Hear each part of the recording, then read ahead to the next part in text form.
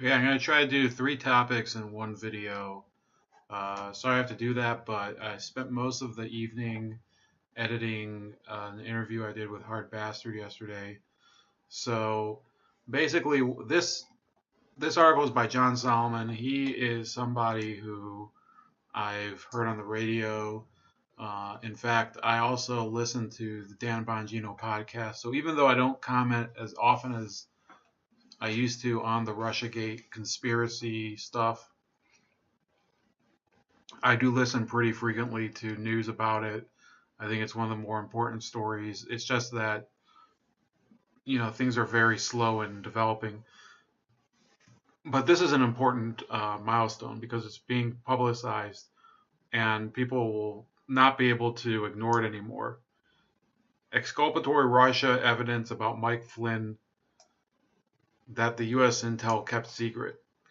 Sometimes public silence can be deafening or, for that matter, misleading. For nearly 2 years now, the intelligence community has kept secret evidence in the Russian collusion case that directly undercuts the portrayal of retired Army General and former Trump National Security Advisor Michael Flynn as a Russian stooge. That silence was maintained even when former acting Attorney General Sally Yates publicly claimed Flynn was possibly compromised by Moscow. And when a Democratic Senator, Al Franken of Minnesota, suggested the former Defense Intelligence Agency chief posed a danger to this republic, and even when some media outlets opined about whether Flynn's contacts with Russia were treasonous. Yes, the Pentagon did give a classified briefing to Senate Judiciary Committee Chairman Charles Grassley of Iowa in May 2017, but then it declined the senator's impassioned plea 3 months later to make some of that briefing information public. Okay, so basically, what this says is that in May 2017, which was at the very beginning of the Mueller probe, there had been information that the Pentagon had supplied to a select group of senators, including Senator Grassley, that if it would have been made public, would have probably deflated a lot of the momentum behind the Mueller plea initially. Now, we don't know if a lot of the other stuff that's been discovered since then would have been relevant because, obviously a lot of it's been dug into because of the Mueller probe. So you have perhaps a great illustration of the fact that for every action, there's an equal and opposite reaction. One of Newton's laws of physics. So essentially, because of the deep probe into what's been happening with regards to Russia and Bob Mueller, a lot of other very embarrassing details about the intelligence community have been uncovered in response. So Grassley wrote this in August 2017. It appears the public release of this information would not pose any ongoing risk to national security. Moreover, the declassification would be in the public interest, and it is in the interest of fairness to Lieutenant General Flynn, Grassley wrote in August 2017. Were the information Grassley requested made public, America would have learned this, according to my sources. Before Flynn made his infamous December 2015 trip to Moscow as a retired general and then advisor to Donald Trump's presidential campaign, he alerted his former employer, the DIA. So the Pentagon and its intelligence service, which he used to run, was aware that he was on his way to Moscow. And that was told to the senators back in 2017. So it was not some sort of secret spying trip. It's pretty absurd to think that somebody trying to get away with spying for Russia would tell his former intelligence service that he's going there. He then attended a defensive or protective briefing before he ever sat alongside Russian President Vladimir Putin at the Russia Today dinner, or before he talked with then Russian Ambassador Sergei Kislyak. So the DIA ensured that he was briefed appropriately in order to kind of get him squared away with his legal and, I guess, professional responsibilities at this event. So this was above board. The briefing educated and sensitized Flynn, here we go, to possible efforts by his Russian host to compromise the former high-ranking defense official and prepared him for conversations in which he could potentially extract intelligence for U.S. agencies such as the DIA. When Flynn returned from Moscow, he spent time briefing intelligence officials on what he learned during the Moscow contacts. Between 2 and 9 intelligence officials attended the various meetings with Flynn about the RT event, and the information was moderately useful about what one would expect from a public event, according to my sources. DIA spokesman James Kudla on Wednesday declined comment about Flynn. Rather than a diplomatic embarrassment or bordering on treason, Flynn's conduct at the RT event provided some modest benefit to the U.S. intelligence community, something that many former military and intelligence officers continue to offer their country after retirement when they keep their security clearances. It's important to wind back many months to where the Russia collusion narrative started, and the media frenzy-driven suggestion that Flynn may have been on a mission to compromise America's security and endanger this great republic when he visited Moscow. Would the central character in a Russian election hijack plot actually self-disclose his trip in advance, and then sit through a briefing on how to avoid being compromised by his foreign hosts, and then come back to America and be debriefed by U.S. intelligence officers about who and what he saw? And would a prosecutor recommend little or no prison time for a former general if that former military leader truly had compromised national security? Highly unlikely. The gap between the original portrayal of Flynn's activities and the actual facts likely is one of the reasons a prosecutor working for special counsel Robert Mueller pointedly rejected a judge's suggestion at Flynn's aborted sentencing last month that the general might have engaged in treason. There's no sugarcoating the mistakes Flynn did make. By his own admission, he misled the FBI and Vice President Pence about the fact that sanctions did come up in a December 2016 conversation with Kislyak, then Moscow's ambassador to the United States. He didn't file proper foreign lobbying paperwork for money he received from Turkish sources, and he likely did not file the proper paperwork disclosing or seeking permission for the $45,000 in speaking and travel fees he got for the RT event. Those are sins for which Flynn has paid and will pay dearly. But there is, so that means in terms of legal bills. But there is ample evidence now that the event that many Russia collusion cheerleaders have cited as the start of a conspiracy between the Trump campaign and Moscow was in fact something very different. Flynn's attendance at the RT event was disclosed in advance to the intelligence community. He took proactive steps to ensure he could not be compromised by attendees, and he then came back to the United States and reported intelligence designed to benefit America. Flynn was never charged with any wrongdoing related to the RT event, so the belated revelations about his pre- and post-event conduct won't have any effect on his sentencing in the court of law. Or in the court of public opinion, they should have a real impact. On that score, the first accounts of the Russia-Flynn story, like many others in the unproven collusion narrative, should be amended to reflect that the retired general acted like a patriot, not a traitor, when he visited Moscow for the RT event. And that, I think, is pretty much one of the biggest stories that is being underreported, because the media that wanted Flynn to be portrayed as kind of this Manchurian candidate back in 2017, when they started to really hype this story up, they now don't have any interest in covering the fact that a lot of those reports were based on hearsay and to a certain extent complete misrepresentation of the events that happened. Now, here's a couple of other brief stories before I close for today. There's a big fight developing in the Democratic Party over PAYGO. So this was a topic that Jimmy Dore covers a lot. Essentially, what PAYGO is kind of a spending rule in the House of Representatives, which means that for any sort of budget increase or spending increase that the House makes, they seek to negate that and offset it by basically cutting spending in a different department of the government. So essentially, this is what many people on the progressive side of the aisle, they call austerity. I wouldn't say it's entirely consistent with the definition of austerity, but it's kind of a policy that is in the same spirit. So, I think that in many ways it is an austerity inspired policy. There's no question about that. And there are three Democratic lawmakers, Ro Khanna, Tim Ryan, and Alexandria Ocasio-Cortez, who are speaking out against the rules change. So Tim Ryan is actually from the Youngstown area here in Ohio.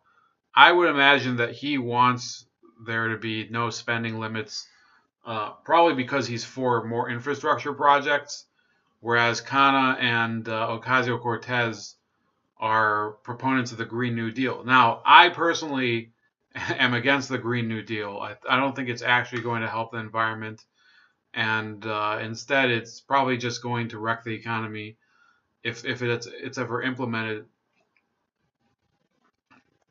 But the fact is that I think that this will end up hurting them in the long run, the Democrats. It's not a horrible policy if you look at it, as it's presented. But think about it this way: in order to comply with it, every time the Democrats would try to pass a new spending bill that increases spending, let's say for the VA, I guess they're putting more money in veterans hospitals, let's say. Now, that's all well and good, but they would also have to increase, either take money out of a different program, so let's say out of national parks, or they would have to raise taxes. So if they were to increase spending and then other members of Congress would object and say, well, we don't want to have our budget, which is important for us. If you're from a Western state like Oregon, and they might want, yeah, we have all these national parks, we need money for it. Well, then they're going to have to either give up the spending increase or pass a special tax for it. And people are going to probably revolt if they start to see their taxes revert to what they used to be, or possibly worse. So that's about it for that story. You guys can make up your minds which side you prefer. I don't think that I really don't have much confidence in the Democratic leadership anyway. So these guys are going to have a huge mess going forward, in my opinion. And they're going to have to deal with the demands for Medicaid for all and Medicare for all, and a number of other progressive policies that they simply don't have the collective will as a party to implement.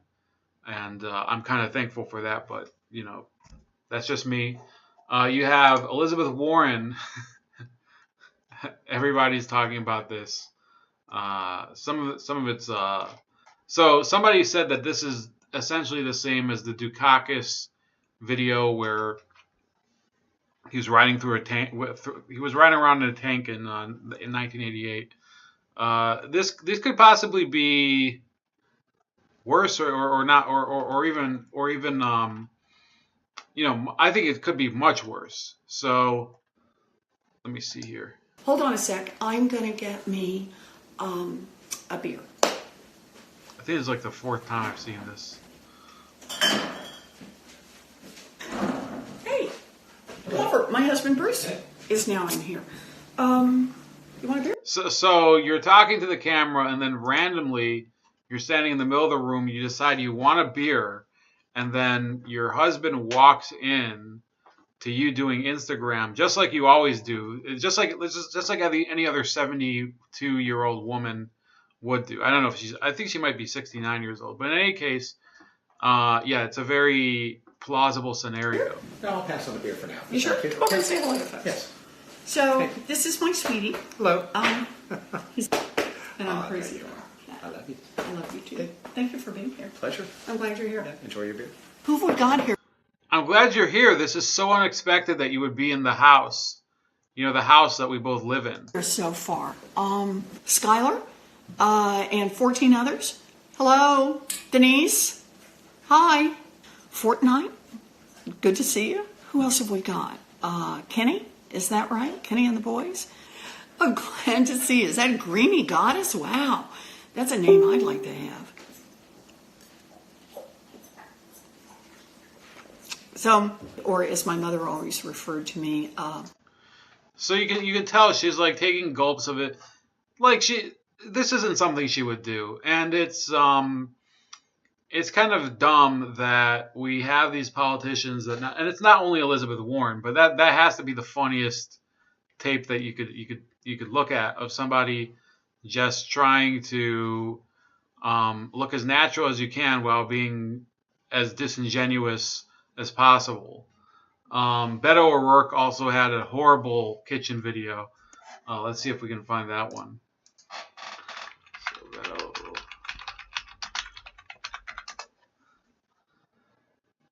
So this was this was in November. So yeah, so maybe he might have even preceded Ocasio-Cortez. But in any case, we're not going to see that today, just because it will take too long. This is Ocasio-Cortez.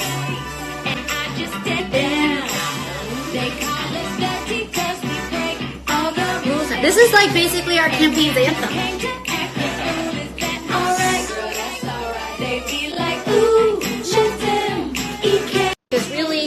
There's no special sauce to it. You just gotta be good at getting things done. So here's the final product, everybody. Before I sign off, someone said TYT or CYN or CNN. TYT. Okay, here you go. Here's the final product. We got some of our mac and cheese. Let's see. Reaction. So I mean, you can laugh at it, but it looks a little more natural.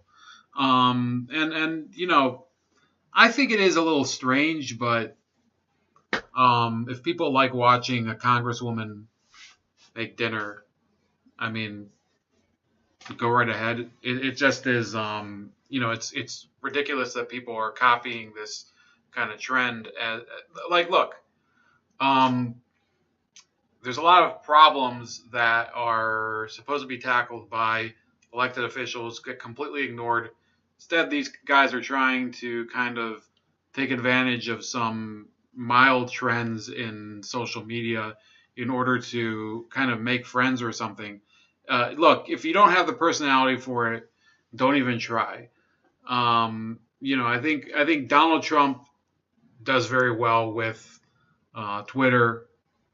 You know, just because he's like that type of roast personality, goes after people, is able to attack them on Twitter. That's his strength. Play to your strengths. In fact, Ted Cruz has a reputation like that as well. There's not a lot of Democratic politicians, I think, that would do well as an Instagram cook, like Ocasio-Cortez. It doesn't mean that they can't do other things that could be relatable to people. Look, some people remember, it's not only youth who vote. A lot of people go to these events where, you know, you have a chili contest or something. Now, I know it's very corny and whatever, but these types of things work. You know, there's also the option of starting a podcast. Bernie Sanders has a podcast that apparently a lot of people, I don't listen to it because I think the guy's full of crap, but a lot of people apparently listen to it. So people have to stop being fake pieces of crap like Elizabeth Warren. That's about it. Please like the video, subscribe to the channel, share the video, subscribe to me on all the other social media, including Cocoscope, BitChute, Minds.com, Gab, as well as Twitter, Facebook if you still want to do that. And that's about it. Have a good night and enjoy your weekends.